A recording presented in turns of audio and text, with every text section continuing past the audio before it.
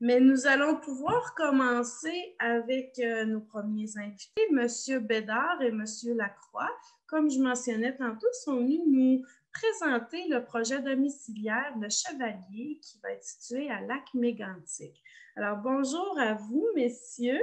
Je vous laisse la parole. Je ne sais pas comment vous... qui prend le rôle en premier, mais je vous laisse la parole. Ça va être Denis Lacroix qui est chevalier et qui est chargé de projet aussi. Alors, il va vous présenter le projet. Le Chevalier est un immeuble de 3 étages qui sera localisé au coin des rues Thibodaux et Frontenac, juste voisin du nouvel hôtel Microtel.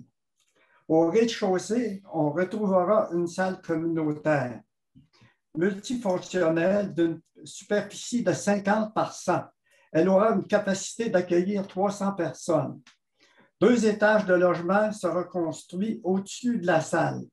Chaque étage sera composé de 3 appartements de 3,5, 3 appartements de 4,5 et 2 appartements de 5,5, pour un grand total de 16 appartements. 50 des logements seront à prix abordable selon les critères de SCHL, tandis que l'autre 50 seront des logements à prix concurrentiel.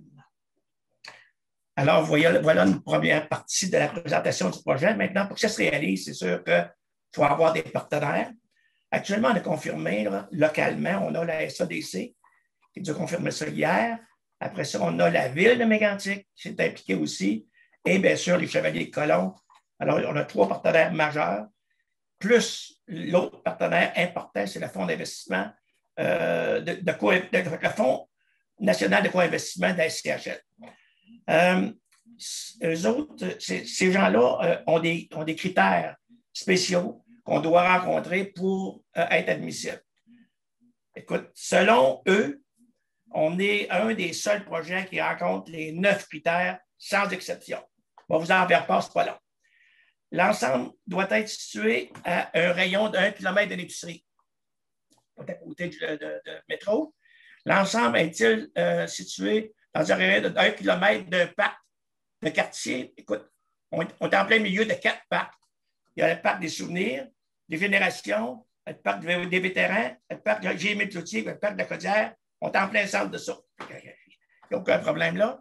Après ça, est-ce que l'ensemble est situé à 1 km de pharmacie? Oui. Est-ce que l'ensemble est situé à un rayon d'1 km d'un centre sportif? Oui. Est-ce que l'ensemble est situé dans un rayon de 1,5 km d'une école primaire? On est dans le milieu de 2 écoles primaires. Sacré-Cœur, Fatima. Après ça, est-ce qu'on est situé à 1,5 km d'une bibliothèque publique, Nelly Archange à côté?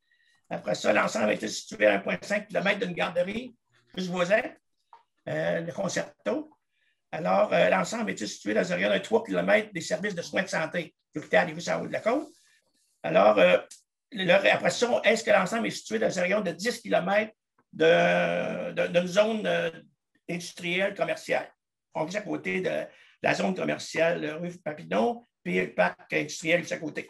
Alors, la localisation de ce projet-là a fait l'envie de plusieurs, je peux vous dire ça. On a des bonnes discussions avec ces gens-là. Après ça, on va, disons que la possibilité qu'on construise cet automne, elle est bonne. Maintenant, comme vous savez, on fait face à des défis qui sont quand même importants, qui sont l'augmentation des coûts de construction. On est en train d'essayer de gérer ça du mieux qu'on peut, mais disons qu'il n'y a rien d'impossible.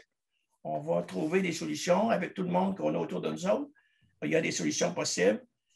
Alors voilà, est-ce que vous avez des questions? Je peux juste vous donner une idée un peu des coûts de location. De 50 comme Denis disait, il y a 50 des appartements qui sont des appartements à prix abordable. C'est une condition, disons, de la SCHL. Maintenant, les coûts proposés maintenant, c'est les 3,5, c'est 500 $ par mois. Les 4,5, c'est 630. Les 5,5, c'est 680. Voilà les coûts, premièrement, pour les 8 logements à prix abordable. Les 8 autres, c'est concurrentiel. On va regarder un peu selon la nécessité de financement qu'on va devoir avoir. Ces appartements vont nous permettre de pouvoir réussir à financer le projet et de façon à ce qu'il soit rentable, bien sûr. Alors, avez-vous des questions? Un projet très intéressant. Est-ce qu'on avait un visuel, Joanie? Je pense qu'on pourrait peut-être juste montrer une petite image de ce concept-là. Ça, c'est les plans. Oui, ça, ce sont les plans. Ça, on voit voit l'ensemble comme une photo aérienne. Maintenant, ça c'est la salle, ça.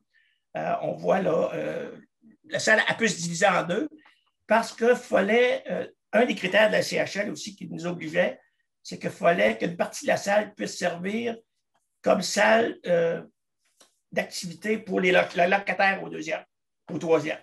C'était bien important. Alors, c'est pour ça que l'ascenseur, il y a une partie de cette salle-là qui va servir aussi de salle d'activité pour que les locataires puissent recevoir dans une grande salle leur parenté, leur visite. Les animaux sont autorisés aussi dans le bâtiment. Monsieur Bédard, j'ai une petite question. Est-ce que 500 $, c'est chauffé et éclairé? Non. Non. Mais par contre, on va être un bâtiment de beau climat. Après ça aussi, on va éventuellement là, se connecter au micro-réseau. On a de retravailler avec Fabienne là-dessus. Ça fait que là, on voit ici les appartements. Vous voyez que c'est linéaire parce que ça va être bâti en usine, comme l'hôtel. Ça va être des constructions modulaires. Puis il va y avoir comme 20 modules qui vont arriver ici à un moment donné cet automne, 10 par étage, qui vont composer là, deux appartements par module.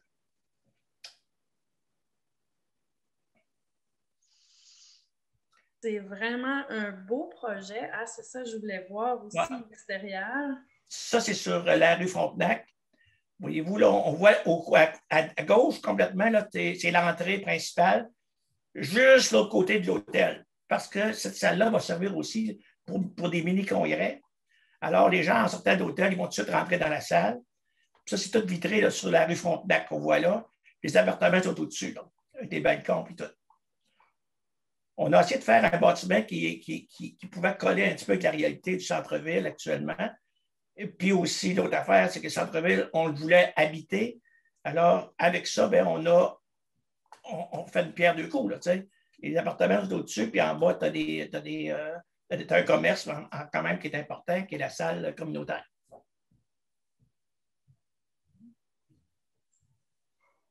Voilà. Super, merci beaucoup. Est-ce qu'il y avait des gens qui avaient des questions pour M. Bédard et M. Lacroix? Donc là, vous avez dit que les animaux étaient inclus. Ça, c'est une bonne nouvelle parce qu'il y a beaucoup d'endroits, il y a beaucoup de locataires qui sont à la recherche, qui ont des animaux. Donc, pour nous, c'est quand même une bonne nouvelle qu'un nouveau projet domiciliaire puisse offrir comment je peux dire ça, là, cette ouverture-là. C'est sûr que les Chevaliers de Colomb sont issus d'une communauté aussi, là, tu sais. Alors, n'oubliez pas qu'ils sont 361 membres actifs. Moi-même, quand je les ai rencontrés, je pensais que c'était un club un peu comme le Club Optimiste, le Club Rotary, les Lions, tout ça. 30-40 membres, mais 361 membres actifs, tout du monde de la région puis de la place, c'est quelque chose, je peux vous dire ça. C'est tous des gens qui veulent avancer, alors c'est vraiment intéressant de travailler avec eux. Super. Est-ce qu'il y a une fondation ou c'est directement au niveau du sol? C'est directement au niveau du sol. Ouais, du côté droit, là, ça va être l'entrée pour les gens à mobilité réduite, qui va être au niveau du sol directement, mais à cause de la pente du terrain, du côté de l'hôtel, il va y avoir 2 marches. Fait il va y avoir comme 2 entrées principales. Puis aussi, ce qui est important de savoir, c'est qu'il va y avoir une terrasse. Parce que la rue Frontenac, là, après 5h30, là, ça va être mort à plein. Là, ça fait que nous autres, en ayant une terrasse qui va donner sur le sentier piétonnier, entre le concerto et en fait la salle, ça va faire un petit peu d'animation le soir, la vie un peu. Les gens qui vont marcher vont pouvoir arrêter prendre une bière, un jus, un café, puis s'asseoir avec les gens, il va y avoir des chaises, des tables. Alors, je pense que ça va animer un petit peu la rue Frontenac là, le soir. C'est C'est intéressant. Donc là, vous avez dit une terrasse, vous avez dit une salle, il y a aussi des ascenseurs. Est-ce qu'il y a des services qui sont inclus ou y a d'autres aspects intéressants de ce projet-là? Non, à part de la salle, qu'elle est multifonctionnelle, alors elle va être utilisée pour plusieurs activités, là, le jour, le soir. Puis il y a une cuisine commerciale ultra moderne. Il va y avoir 300 chaises bourrées. Avec des tables rondes, 30 tables, pour le service des gens qui vont être au service des personnes qui en auront besoin. Super.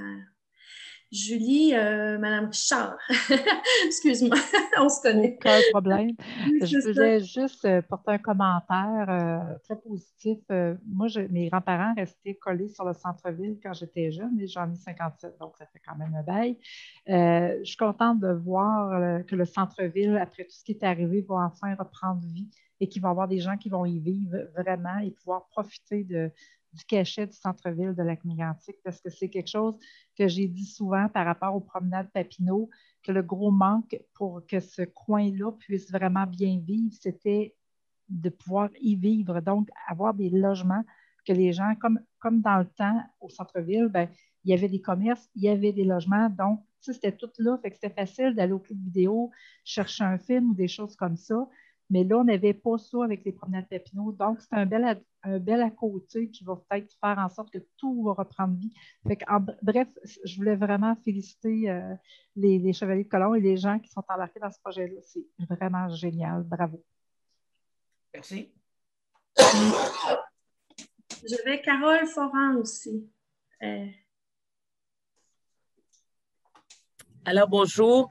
En fait, c'est des félicitations que je veux adresser aux promoteurs. C'est vraiment un beau projet. C'est un projet très inclusif où on prévoit une mixité des clientèles. On prévoit aussi de pouvoir utiliser l'espace comme la grande salle, les salles qui sont prévues. On va pouvoir y vivre, comme Julie de Saint-Ludger nous disait, on va pouvoir vivre aussi dans le centre-ville.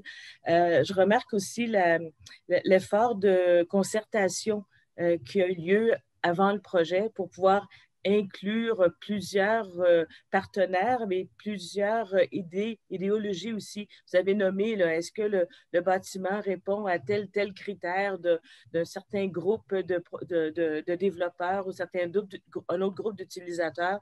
Alors, il y a eu un effort de concertation. C'est un beau projet de concertation. Et une autre chose qui est vraiment pas négligeable, c'est la beauté visuelle du bâtiment. On rebâtit le centre-ville, puis on sent que c'est du solide qui s'installe là. Ce n'est pas des architectures qui vont être démodées ou qu'on voit dans des matériaux moins nobles, je dirais, là, qui vont se détériorer rapidement, puis que finalement, comme si le centre-ville était revenu comme un champignon, mais qui va s'assécher rapidement. Non, votre bâtiment, il est beau. On va avoir de quoi être fier là, quand on va le marcher sur le trottoir proche, et on sent que c'est du solide qui va rester. C'est ce que je voulais vous mentionner, puis vous dire qu'en tant que développeur économique, mais aussi résidente de Lac-Mégantic, je suis très fière de ce projet. Merci. Merci. Super. Donc là, on va vous tenir au courant dans les prochains mois du développement de ce projet-là. On va rester prêt avec M. Bédard, M. Lacroix là, pour vous offrir l'information. Sinon, vous prévoyez, comme vous dites, peut-être le début de cette construction-là en automne? Oui, disons que la partie modulaire qui va être construite dans la même usine que l'hôtel, on parle du mois de septembre. On pense de faire à peu près 2 modules par semaine. Il y en a 20. Il y a 20 modules. Alors, ça vous donne un exemple. On est rendu au mois d'octobre. On est rendu à l'automne, quasiment. Puis, à peu près dans les mêmes eaux, on devrait commencer l'étage de la salle, qui va être totalement en béton. Alors, ça va être, disons, anticombustible, qu'on appelle. Et ça va être très sécuritaire puis insonorisé aussi. Parce que n'oubliez pas que la salle peut avoir un orchestre au premier étage, puis puis des gens ont un deuxième ou troisième. Il faut toujours penser à ça. Alors, c'est là qu'on est allé avec une slab de béton là, au niveau du plancher, pour ceux d'en haut, au niveau du plafond de ceux d'en bas. Puis aussi, on voulait garder une distance d'au moins 10 pieds clairs dans la salle pour permettre, mettons, des diffusions sur des écrans, puis des choses comme ça. D'ailleurs, c'est plus intéressant aussi quand la salle est haute, on peut mettre des lustres ou des spots encastrés là, pour donner des différentes visions de la salle aussi. Là. Super, merci beaucoup. Est-ce qu'il y avait d'autres interventions sur ce projet? Est-ce qu'il y avait d'autres réflexions, des gens qui avaient des questions à poser? Tout est beau. Super. Hey, merci beaucoup, M. Lacroix, M. Bédard, aussi de votre présence aujourd'hui. C'est un projet domiciliaire qu'on est vraiment très heureux de voir le jour à Lac-Mégantic. Et on va garder contact là, pour qu'on puisse échanger l'information avec les gens qui sont intéressés de le savoir. Là, On a une question, là. Oui. Voilà. En fait, ma question, c'est plutôt, est-ce que vous commencez déjà à avoir une liste de locataires intéressés ou est-ce qu'on s'adresse pour faire connaître nos intentions? On a une liste d'attente, une liste de clients qui veulent loger dans ces logements-là. On va travailler là-dessus, puis on va avoir un comité pour faire le choix de nos locataires. Super. OK. Et où s'adresse-t-on? C'est parce qu'il faut vous connaître personnellement pour aller vous donner notre nom ou s'il y a un endroit spécifique où on doit appeler? Actuellement, c'est moi qui comptabilise ça. C'est Denis Lacroix au 819-583-5937. On pourra peut-être le mettre dans le chat. Est-ce que, Joanie, tu as eu le temps de prendre les notes? Oui, vous allez sûrement être inondé d'appels, mais c'est le risque. Quand on est populaire, c'est le risque. Oui, c'est déjà commencé. On a déjà une liste. Super. Un peu plus tard, on va avoir vraiment là, un comité là, du personnel permanent là, qui va rentrer en. Puis là, il va y avoir un vrai comité de réception des demandes. Là, puis on va être plus au niveau de savoir exactement les tenants et aboutissants là, de l'occupation de la bâtisse, parce qu'il reste que le financement n'est pas tout à fait tout attaché, là, mais ça avance bien parce qu'il y a des étapes pour la franchir. Maintenant, plus qu'on va avancer, plus que nous aussi, on va vous donner des informations. On va vous tenir au courant de l'évolution de ça. Super, merci.